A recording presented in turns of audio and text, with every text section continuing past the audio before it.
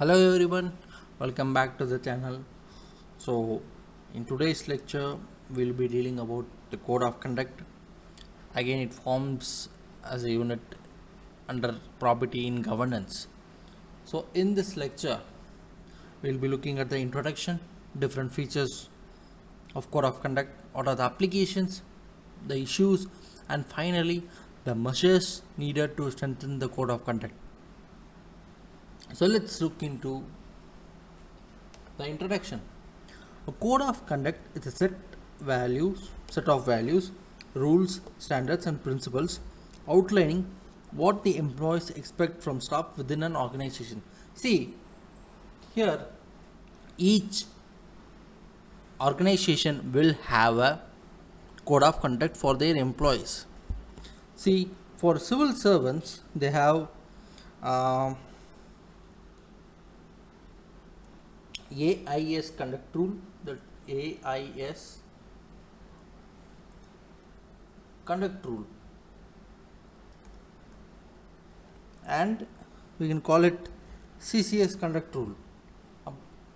Either AIS conduct rule or CCS conduct rule, and both are same. Actually, these rules were formed by a committee formed in 1962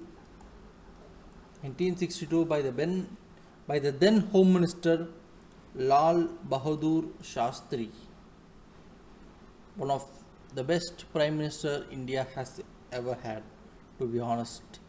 So, his virtue of honesty has made it very much impact on the code of conduct for the civil servants in India in particular.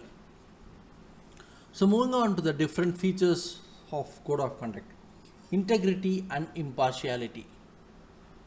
Here, every member of the service shall at all times should always try to maintain the absolute integrity. Integrity in the sense stay honest, stay accessible to everyone, and these things. And devotion to duty is also something we must take care. And he or she shall do nothing to become a non-member of that organization, or which we can say leaves the organization. So that integrity and impartiality must be there by a code of by employer, or by a civil servant in his or her working organization. Next one is prevent the private employment. See, he or she should not use their influence, authority, and help his or her relatives or any member of his family or friends to secure a job under any private or NGO. So, or whatever it may be. Don't do that. Prevent the private employment. Next one is political neutrality. No member of the service shall be a member of or otherwise associated with any political party. No association.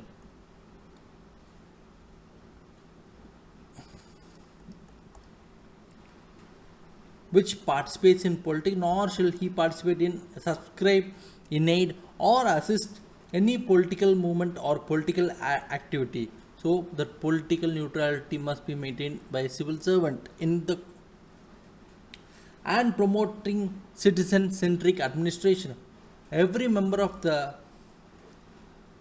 service shall maintain among others such as high ethical standards, integrity, honesty, political neutrality, accountability, transparency, responsiveness to the public, particularly towards the weaker section, showing courtesy and good behavior with the public.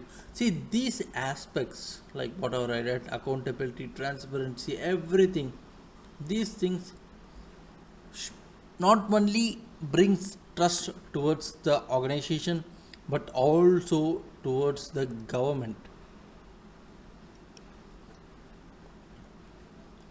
and helps in proper functioning of government. So this is something which these features we must definitely note on. Or moving on to the next, we'll look into the applications of code of conduct. So it is actually divided into two types: personal and social and professional. So law abiding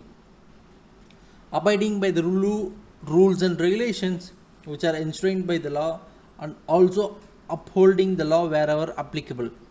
Example we can say is like traffic rules and regulations, following the traffic rules and regulations even during the night time when there is very limited traffic. Punctuality, having the quality of being and performing at the appropriate time and also respecting the time of others.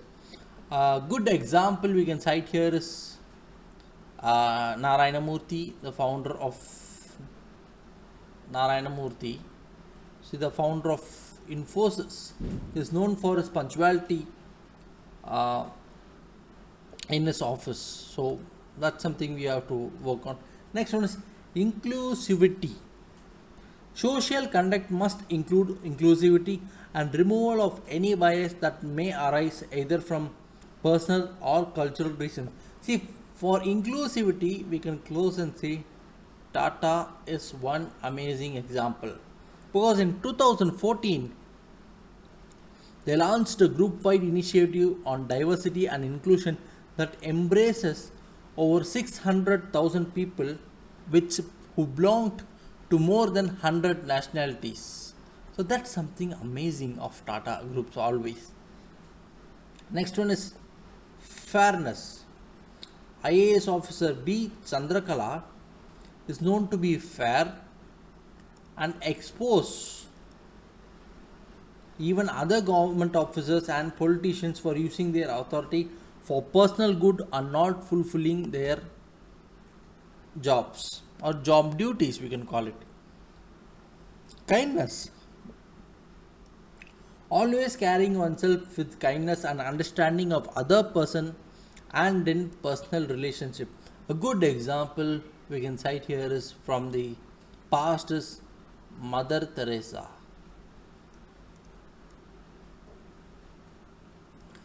Her kindness towards all those who came to her for help and aid, she showed that sort of kindness. So Mother Teresa is here.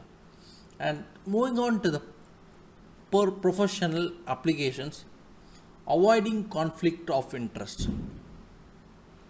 Not engaging in situations where the officer can be seen to be put at a position of profit while engaging in his professional duties. Here, let's look into like a public servant in charge of giving out contracts for a certain project might face conflict of interest if one of the applicants is a relative or friend, but still he or she must go with the procedure as follows and must take it honestly. Next one is honesty. Not hiding any fact or figure or information of potential interest from the public or from the organization. A good example for honesty we can say is Ashok Kimka. So he is one of the most popularly known for exposing the irregularities in the land deal, which was worth 57 crores between the real estate giant DLF group. Confidentiality, not revealing for devolving critical organization information for personal gain. A good example for confidentiality we can say is about one of the soldiers, captured soldiers in the earlier time, Abhinandan. So he maintained the code of conduct of the Indian Air Force while being asked to divulge classified secrets by the Pakistani army. Next one is accountability. It is the assurance that the individual or the organization will be answerable for respective performance or behavior. Here, the then Home Minister Sivaraj Patel of Maharashtra resigned from his post in the aftermath of 26/11 attacks. He showed that he held his accountability and resigned from his post. Next one is devotion. The code of conduct must also include devotions to one professional's obligations even at the difficult circumstances. A good example here we can say is Armstrong Pame. So, an IAS officer who built road in spite of lack of government funding and donated major amount from his own pocket for that purpose. Hope you guys got clear with the applications of the code of conduct, and let's move towards the issues with the code of conduct. Rigid. The code may seem to be rigid, especially in situations where the applicable of such code may cause more harm. See, in case of whistleblowers, breaking the confidentiality saves a greater public good by bringing injustice to light, but it would also breach the professional conduct. Subjectivity. The code of conduct views all decisions as objective and seen in terms of black or white.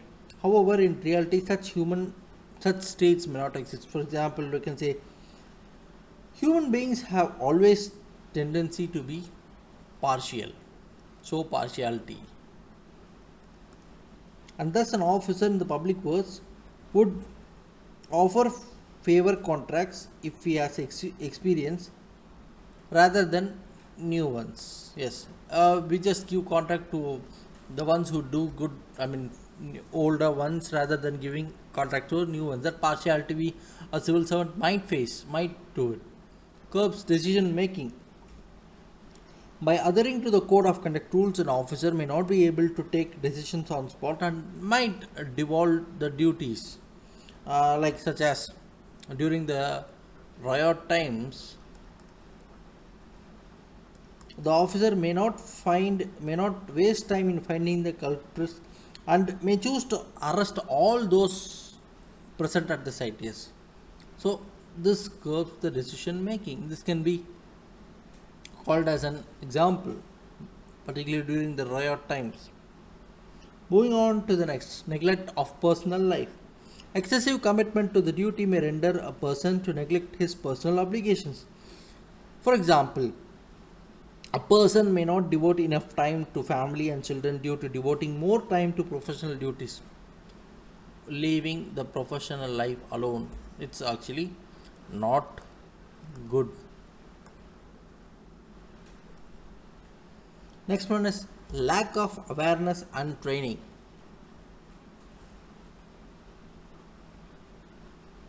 One of the most difficult and serious thing is lack of adequate awareness and training on the code of conduct. Many government servers may be unaware of the code's precise requirements or norm, which can sometimes bring in misunderstandings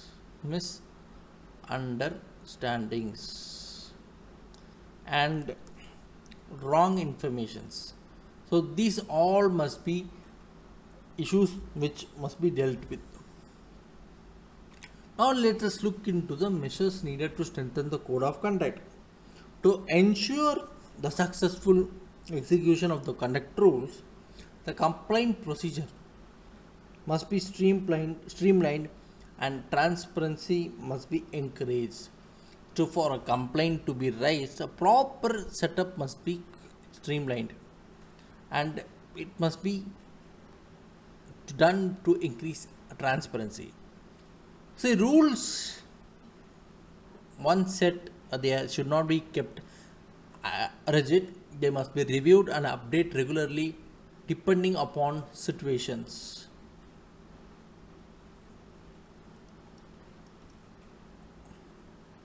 Training programs and public awareness can help the civil officials to understand their roles and the implication of non-compliance to the rules.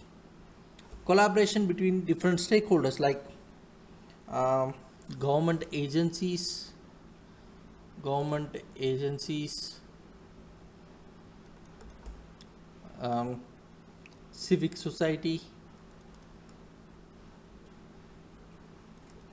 and public as well.